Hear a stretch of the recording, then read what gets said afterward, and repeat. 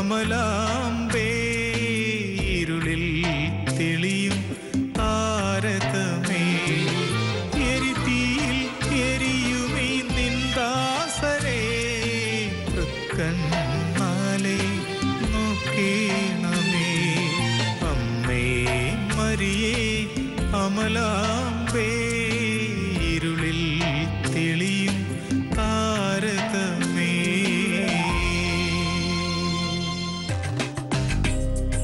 കരങ്ങൾ കോർക്കൂ ആത്മീയതയുടെ ആഘോഷത്തിനായി.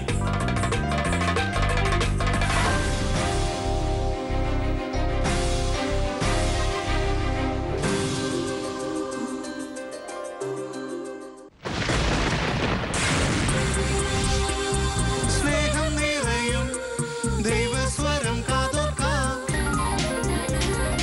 ആശ്വാസം നേടാം, ഹൃത്തിനുള്ളിൽ ജീവൻ നൽകും വചനം തിരുവചനം. പിതാവിൻ്റെയും പുത്രൻ്റെയും പരിശുദ്ധാത്മാവിൻ്റെയും നാമത്തിൽ ആമേൻ. വിശുദ്ധ ലൂക്കായുടെ സുവിശേഷം 14-ാം അധ്യായം 5-ാം വാക്യം.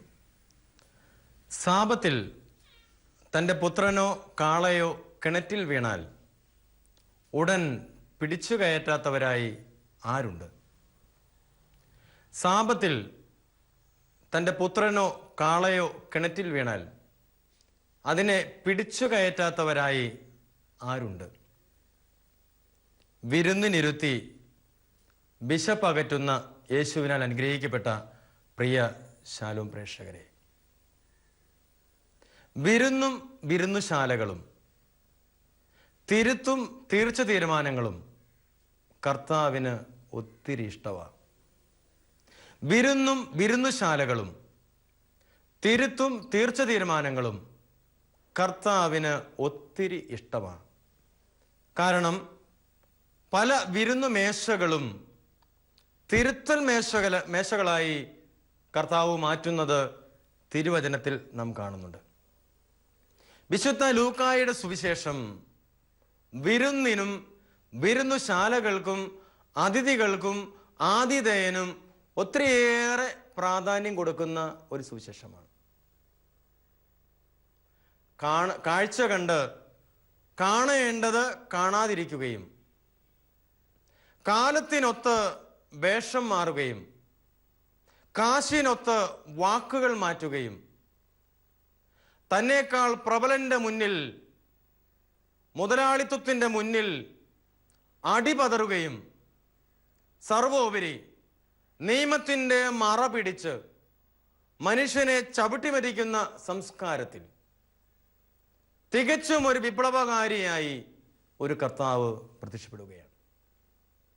കാഴ്ച കണ്ട് കാണേണ്ടത് കാണാതിരിക്കുകയും കാലത്തിനൊത്ത് വേഷം മാറുകയും കാശിനൊത്ത് വാക്കുകൾ മാറ്റുകയും പ്രബലന്റെ മുന്നിൽ അടിപതറുകയും സർവോപരി നിയമത്തിൻ്റെ മറ പിടിച്ച് മനുഷ്യനെ മറക്കുന്ന സംസ്കാരത്തിൽ തികച്ചും ഒരു വിപ്ലവകാരിയായി കർത്താവ് പ്രത്യക്ഷപ്പെടുന്നു.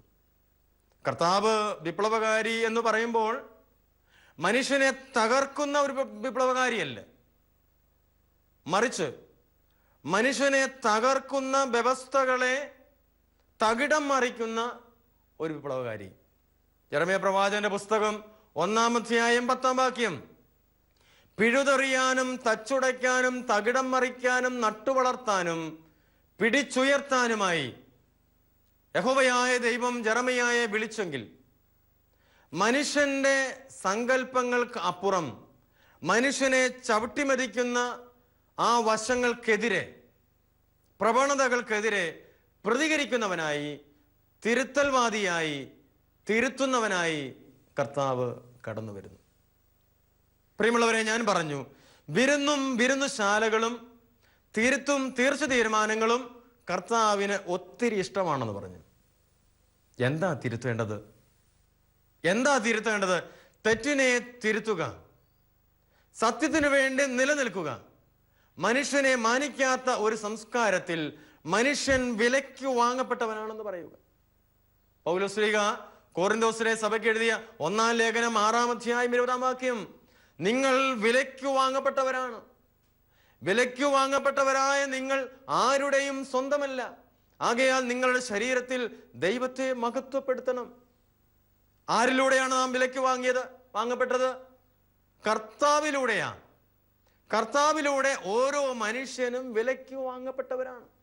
എന്നാൽ ഇന്ന് മനുഷ്യൻ വില കളയുന്ന ഒരു സംസ്കാരത്തിൽ ജീവിക്കുന്നു. അതുകൊണ്ടാണ് ഞാൻ പറഞ്ഞത്, ഈ വിരുന്നു മേശകളെ കർത്താവ് ശരിക്കും ഒരു തിരുത്തൽ മേശകളാക്കി മാറ്റുകയാണ്. ഒരു ചങ്കൂറ്റം കർത്താവ് കാണിക്കുകയാണ്. തെറ്റിനെ തിരുത്താൻ, നീ ചെയ്യുന്നത് തെറ്റാണ് എന്ന് ആരുടെയും മുഖത്ത് നോക്കി പറയാൻ കർത്താവിന് യാതൊരു മടിയുമില്ല. അതുകൊണ്ടാണ് ഞാൻ പറഞ്ഞത്, അവനൊരു തിരുത്തൽവാദിയാണ്, ഒരു വിപ്ലവകാരിയാണ്. ചൗഡ രാജാവ് ഒരിക്കൽ ഒരു വിധി പ്രസ്താവിച്ചു. ഗോവർദ്ധനന്റെ കഥ എന്ന നോവലിൽ അതിപ്രശസ്തമായ ഒരു കഥയാണ് പറയുന്നത്. കോത്ബാൽ എന്ന കർഷകനെ ചൗഡ രാജാവ് കൊലക്കുറ്റത്തിന് വിധിച്ചു. കൊലമരത്തിലേക്ക് കോത്ബാലിനെ കൊണ്ടുവന്നു. കഴുത്തിലേക്ക് കൊലക്കയറിട്ടു. പക്ഷേ കോത്ബാലിന്റെ കഴുത്തിന് പാകത്തിലുള്ള കയറായിരുന്നില്ല. അതുകൊണ്ട് രാജാവ് പ്രഖ്യാപിച്ചു, കോത്ബാലിന് പകരം ഗോവർദ്ധനെ പിടിച്ച് കയറിലിടട്ടെ. പ്രിയമുള്ളവരെ, നിയമത്തിന്റെ മറ പിടിച്ച് മനുഷ്യനെ കൊന്നെടുക്കുന്ന സംസ്കാരത്തിൽ തികച്ചും ഒരു വിപ്ലവകാരിയായി കർത്താവ് കടന്നു വന്നിട്ട് പറയും, അരുത്. അതിനർത്ഥം കർത്താവ് നിയമത്തെ ഇല്ലായ്മ ചെയ്യാൻ വേണ്ടി വന്നു എന്നല്ല അർത്ഥം. അതുകൊണ്ടാണ് വിശുദ്ധ മത്തായിയുടെ സുവിശേഷം 5-ാം അധ്യായം 17-ാം വാക്യത്തിൽ അവൻ പറഞ്ഞത്, നിയമത്തെയോ പ്രവചനങ്ങളെയോ അസാധുവാക്കാനല്ല ഞാൻ വന്നിരിക്കുന്നത്, മറിച്ച് പൂർത്തീകരിക്കാനാ. എന്ന് പറഞ്ഞാൽ മനുഷ്യനെ മാനിക്കുന്ന ഒരു സംസ്കാരം രൂപപ്പെടണം. അതിനുവേണ്ടി കർത്താവ് ഒരു തിരുത്തൽവാദിയുടെ, ഒരു വിപ്ലവകാരിയുടെ വേഷം കെട്ടുന്നു എന്നർത്ഥം. പ്രിയമുള്ളവരെ, സുവിശേഷത്തിലേക്കൊന്ന് കടന്നു വരാം. വിശുദ്ധ ലൂക്കായുടെ സുവിശേഷം 14-ാം അധ്യായം 1 മുതലുള്ള വാക്യങ്ങളാണ് നമ്മൾ കേട്ടത്. എന്താ അവിടെ സംഭവിച്ചത്? സാപത്തിൽ കർത്താവ് മഹോദര രോഗിക്ക് സൗഖ്യം കൊടുക്കുന്ന രംഗമാണ് പ്രധാനം. എല്ലാവരും അവനെ വീക്ഷിച്ചുകൊണ്ട് നിൽക്കുകയാണ്. വീക്ഷിച്ചു നിൽക്കുമ്പോൾ കർത്താവ് ജനങ്ങളോട് തന്നെ ചോദിക്കുന്നു, സാപത്തിൽ രോഗശാന്തി കൊടുക്കുന്നത് അനുവദനീയമാണോ അല്ലയോ? എന്തു ചെയ്യണമെന്ന് കർത്താവിനറിയാം. എങ്കിൽ തന്നെയും ജനങ്ങളുടെ പ്രതികരണം അത് കർത്താവിന് ആവശ്യമാണ്. ജനങ്ങൾ നിശബ്ദരായിരുന്നു. ഈ നിശബ്ദതയിൽ കർത്താവ് നെടുവീർപ്പെടുകയല്ല ചെയ്തത്, മറിച്ച് ചങ്കൂറ്റത്തോടെ പറയുകയാണ്, സാപത്തിൽ രോഗശാന്തി അനുവദനീയമാണ്. കാരണം അനീതി കണ്ടു നിൽക്കാൻ കർത്താവിന് കഴിയില്ല. യോഹന്നാന്റെ സുവിശേഷം 2-ാം അധ്യായം അനീതിക്കെതിരെ പ്രതികരിക്കുന്ന കർത്താവിന്റെ അതിമനോഹരമായ ചിത്രം 13 മുതലുള്ള വാക്യങ്ങൾ. ജെറുസലേം ദേവാലയത്തിലേക്ക് പ്രവേശിക്കുന്ന കർത്താവ് ദേവാലയത്തിനുള്ളിൽ നടക്കുന്ന അനീതിക്കെതിരെ ചാട്ടവാർ കയ്യിലെടുത്ത് പ്രതികരിക്കുകയാണ്. ചാട്ടവാർ അവൻ ഉപയോഗിക്കുന്നില്ല, മറിച്ച് ചാട്ടവാർ കയ്യിലെടുക്കുകയാണ് ചെയ്തത്. എന്നിട്ട് അവൻ എന്താ പറഞ്ഞത്? എന്റെ ഭവനം സകല മനുഷ്യർക്കും വേണ്ടിയുള്ള പ്രാർത്ഥനാലയം, നിങ്ങൾ അതിനെ കവർച്ചക്കാരുടെ ഗുഹയാക്കി മാറ്റിയിരിക്കുന്നു. അനീതിക്കെതിരെ കർത്താവ് പ്രതികരിക്കുകയാണ്. വിശുദ്ധ യോഹന്നാന്റെ സുവിശേഷം 9-ാം അധ്യായം, ജന്മന അന്ധനായ മനുഷ്യനെ കണ്ടപ്പോൾ ശിഷ്യന്മാർ കർത്താവിനോട് ചോദിച്ചു, കർത്താവെ, ഇവൻ അന്ധനായി ജനിച്ചത് ആരുടെ പാപം നിമിത്തമാ? ഇവന്റെയോ ഇവന്റെ മാതാപിതാക്കളുടെയോ? 9-ാം അധ്യായം 1 മുതലുള്ള വാക്യങ്ങളാണ്. കർത്താവ് എന്താ പറഞ്ഞത്? ഇവന്റെയോ ഇവന്റെ മാതാപിതാക്കളുടെയോ പാപം നിമിത്തമല്ല, മറിച്ച് കർത്താവിന്റെ പ്രവൃത്തികൾ ലോകം കാണുന്നതിനുള്ള ഒരു അവസരം അവർ ഇതിലൂടെ സൃഷ്ടിക്കുകയാണെന്ന്. നിലവിലുണ്ടായിരുന്ന ഒരു അന്ധവിശ്വാസം അത്.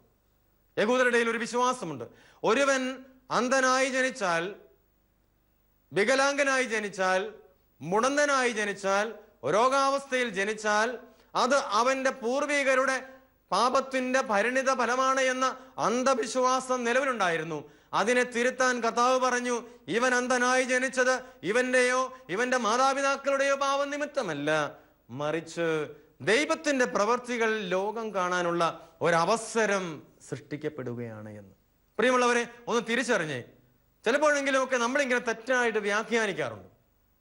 ഇന്ന് ഞാൻ അനുഭവിക്കുന്ന ഈ തിക്താനുഭവങ്ങളൊക്കെ എന്റെ പൂർവികർ ചെയ്ത പാപത്തിന്റെ പരിണിത ഫലമാ. കർത്താവ് പറയും, അല്ല മക്കളെ, അല്ല. അങ്ങനെ തെറ്റായി ആരെങ്കിലും പഠിപ്പിക്കുന്നുണ്ടെങ്കിൽ അത് തിരുത്തണമെന്ന ഉപദേശം കർത്താവ് വ്യക്തമായി നൽകുകയാണ്. അവൻ പറയും, പൂർവികരുടെ പാപത്തിന് ശിക്ഷിക്കുന്നവനല്ല ദൈവം. അങ്ങനെയെങ്കിൽ ഈ ധൂർത്തപുത്രനെ കർത്താവ് ശിക്ഷിക്കേണ്ടതല്ലേ? കർത്താവ് ശിക്ഷിച്ചില്ലല്ലോ. മറിച്ച് കർത്താവ് എന്താ ചെയ്തത്? അവൻ തിരികെ വന്നപ്പോൾ നഷ്ടപ്പെട്ടതൊക്കെ തിരികെ കൊടുക്കുക. നമ്മുടെ കർത്താവ് ശിക്ഷിക്കുന്നവനല്ല, മറിച്ച് രക്ഷിക്കുന്നവനാ. നമ്മൾ തെറ്റായ പഠിപ്പിക്കൽ നടത്തരുതേ. ഇവിടെ വഴിപക്കത്തിരുന്ന് വിളിച്ച അന്ധയാചകൻ കർത്താവിനോട് വിളിച്ചു പറഞ്ഞു, കർത്താവേ, നിനക്കും മനസ്സുണ്ടെങ്കിൽ എന്നെ ശുദ്ധനാക്കാൻ കഴിയും, ദാവീദിന്റെ പുത്രാ എന്നിൽ കനിയണമേ. കർത്താവ് നിന്നിട്ട് അവന് സൗഖ്യം കൊടുത്തില്ലേ? അതുകൊണ്ടാണ് ഞാൻ പറഞ്ഞത്, നമ്മുടെ കർത്താവ് ശിക്ഷിക്കുന്നവനല്ല, മറിച്ച് പാപി നിലവിളിക്കുമ്പോൾ അവന്റെ നിലവിളിയിലേക്ക് ഇറങ്ങി വന്ന് അവൻ ആവശ്യമായ സൗഖ്യമൊക്കെ കൊടുക്കുന്നവനാ. കർത്താവിന്റെ കരുണ നിറഞ്ഞ വചസ്സുകളും അവന്റെ അത്ഭുതങ്ങളും പ്രിയമുള്ളവരെ കാണാൻ നമുക്ക് സാധിക്കണമെങ്കിൽ നമ്മിലുള്ള അന്ധവിശ്വാസങ്ങളും അനാചാരങ്ങളും ഒക്കെ നാം എടുത്തു മാറ്റണം. കർത്താവ് അനീതിക്കെതിരെ പ്രതികരിക്കുന്നവനാ. അവന് അനീതി കണ്ടു നിൽക്കാൻ കഴിയില്ല. പ്രിയമുള്ളവരെ, കർത്താവിനെ അനുഗമിക്കുന്ന ഓരോരുത്തരും, ഓരോ ക്രിസ്തു ശിഷ്യനും കർത്താവിന്റെ പാത പിന്തുടരുന്നവരെന്ന് അഭിമാനിക്കുന്നുവെങ്കിൽ ഇതുപോലെ ലോകത്തിൽ ഒരു വിപ്ലവകാരിയായി നശിപ്പിക്കാനല്ല, മറിച്ച് മനുഷ്യനെ കൊന്നൊടുക്കുന്ന സംസ്കാരത്തിൽ അരുത് എന്ന് പറയാനുള്ള വ്യക്തികളായിട്ട് മാറണമെന്ന് ഈശോ വളരെ വ്യക്തമായിട്ട് പറയും. പ്രിയമുള്ളവരെ, കർത്താവിനാൽ നാം ഒക്കെ വീണ്ടെടുക്കപ്പെട്ടവരാണ്, വിലയ്ക്ക് വാങ്ങപ്പെട്ടവരാണ്. പക്ഷേ വിലയ്ക്ക് വാങ്ങപ്പെട്ടവര് ഒരിക്കലും വില തന്നവന്റെ വിലയെ തട്ടിക്കളയരുത്, നശിപ്പിക്കരുത്. വിശുദ്ധ ലൂക്കായുടെ സുവിശേഷം 15-ാം അധ്യായം 10 മുതലുള്ള വാക്യങ്ങൾ. ധൂർത്തപുത്രനിലേക്ക് ഒന്ന് കടന്നു വാ. ധൂർത്തപുത്രൻ പിതാവിന്റെ ഹിതം പറഞ്ഞ് എല്ലാം നശിപ്പിച്ചു കഴിഞ്ഞപ്പോൾ ഒന്നുമില്ലാത്ത അവസ്ഥയിൽ അവൻ തിരികെ പിതാവിന്റെ അടുക്കലേക്ക് വരുന്നുണ്ട്. പിതാവ് അവനെ സ്വന്തം പുത്രനായി വീണ്ടും സ്വീകരിക്കുകയാണ്. സ്വീകരിച്ചിട്ട് അവന് കയ്യിൽ മോതിരവും കാലിൽ ചെരുപ്പും പുതുവസ്ത്രങ്ങളൊക്കെ കൊടുക്കുന്നു. കർത്താവേ, സ്വർഗത്തിനെതിരായും നിന്റെ മുമ്പിൽ ഞാൻ പാപം ചെയ്തു, നിന്റെ മകനെന്ന് വിളിക്കപ്പെടാൻ ഞാൻ യോഗ്യനല്ല എന്നൊക്കെ അവൻ പറയുന്നുണ്ട്. പക്ഷേ കർത്താവ് മൗനമായിട്ട് പറയും, മകനെ, നിന്നെ ഞാനിതാ എന്റെ സ്വന്തമായി സ്വീകരിച്ചിരിക്കുന്നു. ഇനിയും നീ ധൂർത്തനായി പോകരുതേ, ഇനിയും നീ ധൂർത്തപുത്രനായിട്ട് മാറരുതേ, ഇനിയും നീ പിതാവിന്റെ ഹിതം മറക്കരുതേ. അത് കർത്താവിന് ഇഷ്ടമില്ല. സക്കേവൂസിലേക്ക് ഒന്ന് കടന്നു വരിക. വിശുദ്ധ ലൂക്കായുടെ സുവിശേഷം 19-ാം അധ്യായം 1 മുതൽ 10 വരെയുള്ള വാക്യങ്ങൾ. ഒത്തിരിയേറെ ബലഹീനതകളും കുറവുകളുമുള്ള മനുഷ്യൻ, ദൈവദ്രോഹിയും രാജ്യദ്രോഹിയുമായി മാറിയവൻ, റോമാ സാമ്രാജ്യത്തിനു വേണ്ടി ചുങ്കം പിരിച്ചവൻ. അവനും ഒരാഗ്രഹം, ഇങ്ങനെ പോയാൽ പോരല്ലോ, തമ്പുരാനെ കാണണം. അവൻ എന്തു ചെയ്തു? അവന്റെ തടസ്സങ്ങളൊക്കെ അവൻ അതിജീവിച്ചു. സിക്കമൂർ മരത്തിന്റെ മുകളിൽ കയറി അവൻ കാത്തിരുന്നു. അവൻ ഒറ്റ ആഗ്രഹം മാത്രമേ ഉള്ളൂ, അവന് കർത്താവിനെ ഒന്ന് കണ്ടാൽ മതി. അവന്റെ ആഗ്രഹം കർത്താവിനെ കാണണമെന്നാണെങ്കിൽ കർത്താവിന്റെ ആഗ്രഹം സക്കേവൂസ് കർത്താവിനെ അനുഭവിക്കണമെന്നുള്ളതാണ്. അതുകൊണ്ട് സക്കേവൂസിനോട് പറഞ്ഞു, ഞാനും നിന്റെ വീട്ടിലേക്ക് വരുന്നു, നീ എന്നെ ഒന്ന് അനുഭവിച്ച സക്കേവൂസ് കർത്താവിന്റെ അടുക്കൽ വന്നിട്ട് പറഞ്ഞു, ഞാൻ ആരുടെയെങ്കിലുമൊക്കെ വഞ്ചിച്ചെടുത്തിട്ടുണ്ടെങ്കിൽ 4 ഇരട്ടിയായി തിരികെ കൊടുക്കുന്നു. കർത്താവിനോട് പറഞ്ഞു, ഇന്ന് ഈ ഭവനത്തിന് രക്ഷ ലഭിച്ചിരിക്കുന്നു. അതിനർത്ഥം രക്ഷ ലഭിച്ചു കഴിഞ്ഞാൽ ഇന്ന് ഈ ഭവനം രക്ഷിക്കപ്പെട്ടിരിക്കുന്നു എന്ന തിരുവചനം കർത്താവിൽ നിന്ന് കേട്ടാൽ പിന്നീട് പഴയ വഴിയിലേക്ക് പോകുന്നത് കർത്താവിന് ഇഷ്ടമില്ല എന്നർത്ഥം. വ്യഭിചാരത്തിൽ പിടിക്കപ്പെട്ട സ്ത്രീ, തന്നെ കല്ലെറിയുവാൻ വേണ്ടി കൂട്ടരൊക്കെ ഈ സ്ത്രീയെ കർത്താവിന്റെ മുന്നിൽ കൊണ്ടുവന്ന് നിർത്തി. കർത്താവ് എന്തു പറഞ്ഞു? നിങ്ങളിൽ പാപമില്ലാത്തവർ ആദ്യം ഇവയെ കല്ലെറിയട്ടെ. ആരും കല്ലെറിഞ്ഞില്ല.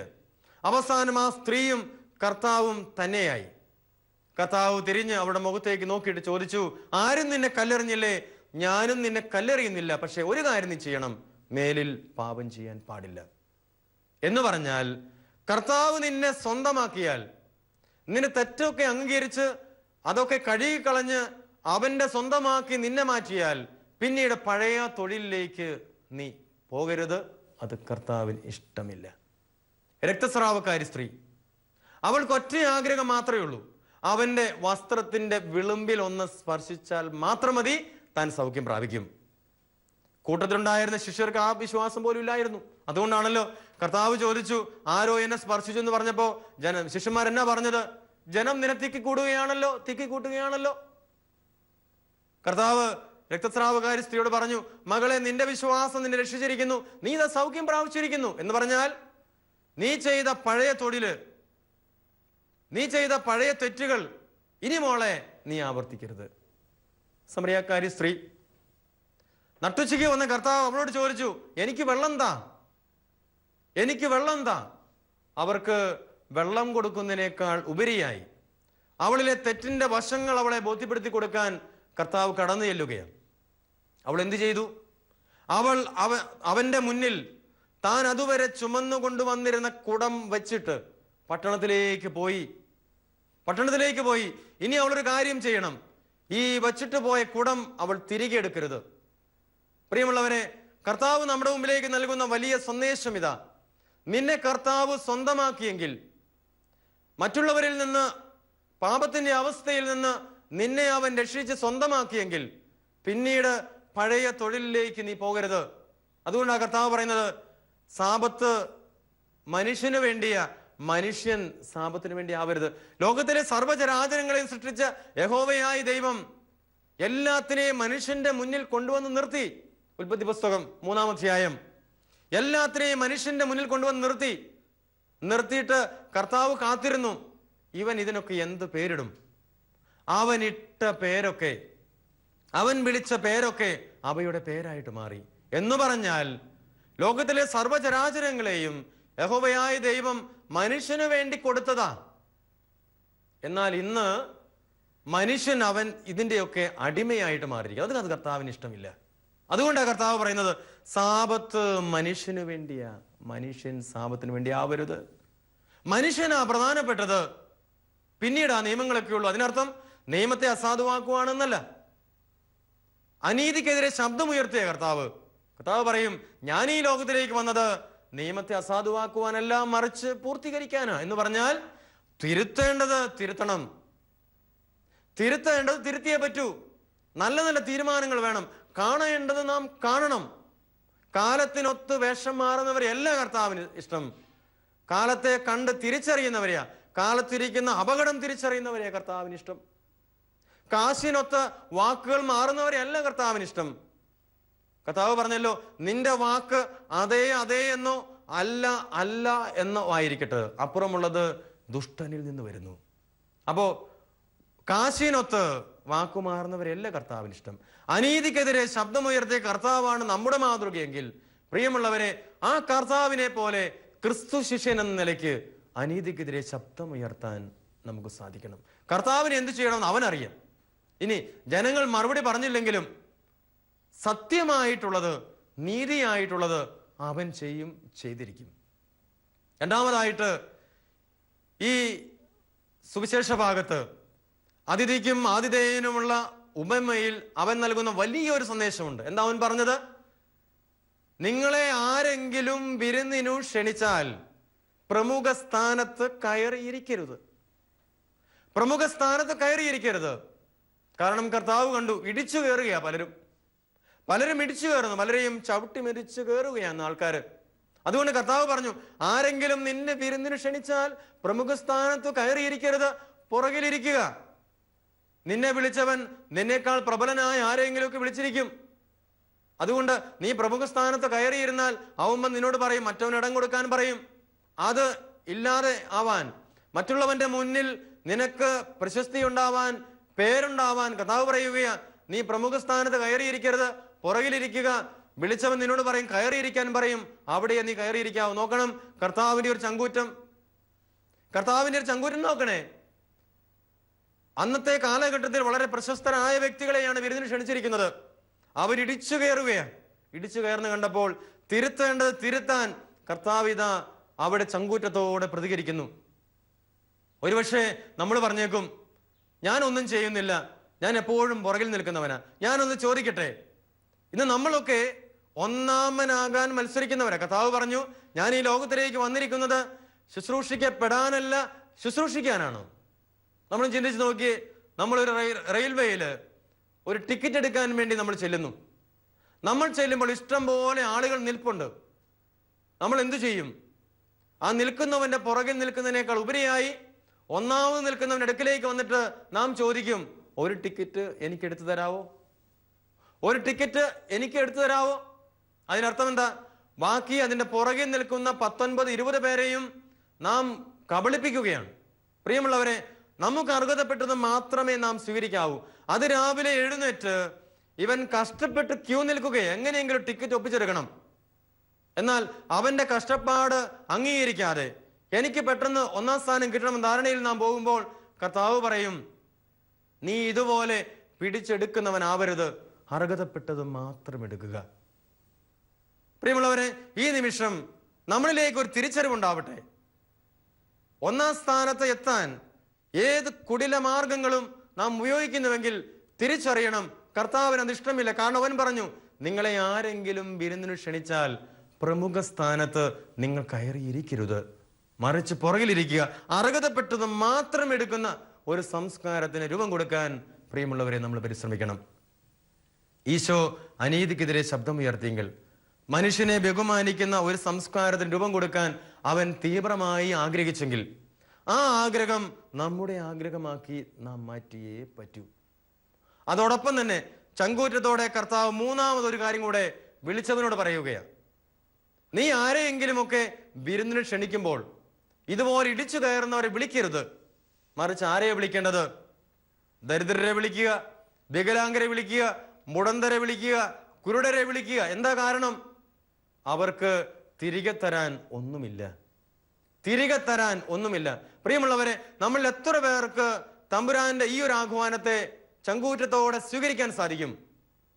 നമ്മളിന്ന് വിളിക്കുന്നത്, അല്ലെങ്കിൽ നമ്മുടെ അടുക്കിലേക്ക് വരുന്ന ദരിദ്രനോടും വികലാംഗനോടും മുടന്തനോടും ഒരു അവജ്ഞയോടെ നാം പ്രതികരിക്കുന്നു. നാം ഇഷ്ടപ്പെടുന്നത് നമ്മുടെ പ്രിയപ്പെട്ടവരെ, നമ്മുടെ ബന്ധുക്കളെ, നമ്മുടെ അയൽവക്കംകാരെ വിരുന്ന് ക്ഷണിക്കുക എന്നുള്ളതാ. എന്തുകൊണ്ടാണ് ക്ഷണിക്കുന്നത്? അല്ലെങ്കിൽ അവരെ നാം ക്ഷണിച്ചാൽ, അതുകൊണ്ട് കർത്താവ് പറഞ്ഞത് നിങ്ങൾ അവരെ വിളിക്കരുത്, കാരണം അവർ നിങ്ങളെ തിരികെ വിളിക്കും എന്ന് പറഞ്ഞാൽ, ഞാൻ വിളിച്ചതിന് പ്രത്യുപകാരം അവർ ചെയ്യും. പ്രത്യുപകാരം അല്ലെങ്കിൽ പ്രതിഫലം നീ ആഗ്രഹിച്ച് ഒന്നും ചെയ്യരുത്, മറിച്ച് പ്രതിഫലം ആഗ്രഹിക്കാതെ ഇതെന്റെ കടമയാണ് എന്ന ബോധ്യത്തോടുകൂടി മനുഷ്യനെ സ്നേഹിച്ച് ബഹുമാനിച്ച് നീ വിരുന്ന് നടത്ത്. ഞാൻ പറഞ്ഞു, കർത്താവ് വിരുന്ന് മേശകളെ തിരുത്തൽ മേശയാക്കുകയാണ്. ചങ്കൂറ്റമാണ് കർത്താവ് കാണിക്കുന്നത്. മറ്റുള്ളവന്റെ പ്രീതിയല്ല എനിക്ക് വേണ്ടത്, മറിച്ച് ദൈവത്തിന്റെ പ്രീതിയാ. കാരണം ദൈവത്തിന്റെ രൂപത്തിലും സാദൃശ്യത്തിലും സൃഷ്ടിക്കപ്പെട്ടവരാണ് ഓരോ മനുഷ്യനും. അപ്പോൾ മനുഷ്യനെ ബഹുമാനിക്കുന്ന, സ്നേഹിക്കുന്ന ഒരു സംസ്കാരം നമ്മിൽ രൂപപ്പെടട്ടെ.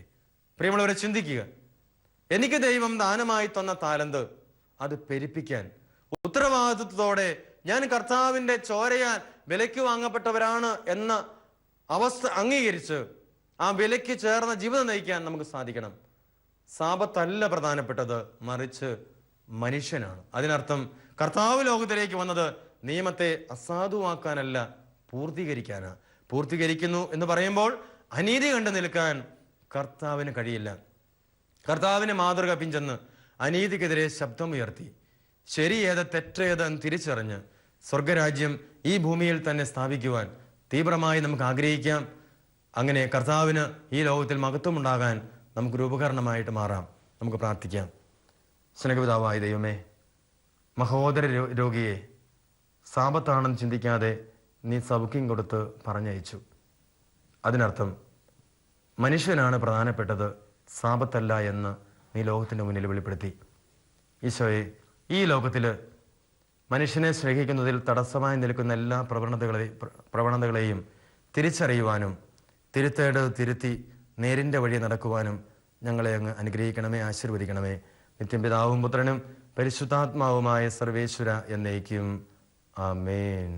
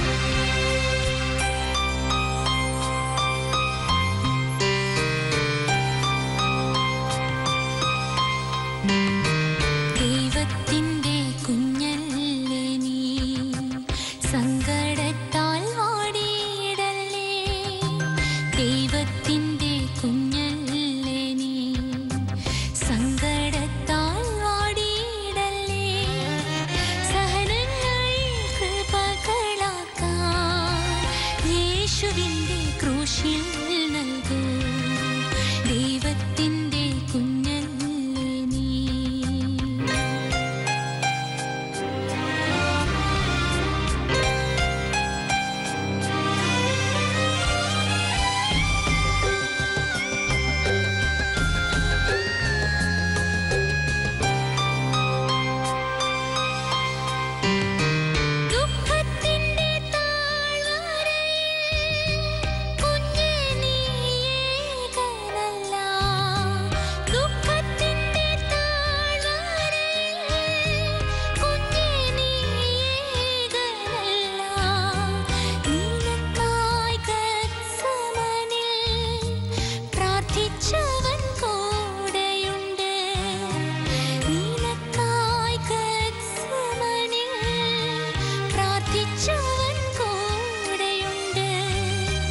ദൈവത്തിൻ്റെ കുഞ്ഞല്ലേ നീ.